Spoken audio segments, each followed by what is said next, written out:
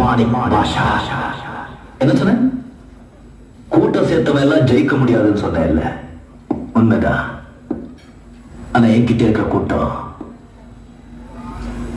நான் சேர்த்த கூட்டம் இல்ல, அன்பாலே தானா சேர்ந்த கூட்டம். என் தனி சாம்ராஜ்யம், அன்பு சாம்ராஜ்யம். இதை யாராலையும் அழிக்க முடியாது. எல்லாருக்கும் தெரியல, இந்த பாஷா ஒரு தடவை சொன்னா 100 தடவை சொன்ன மாதிரி.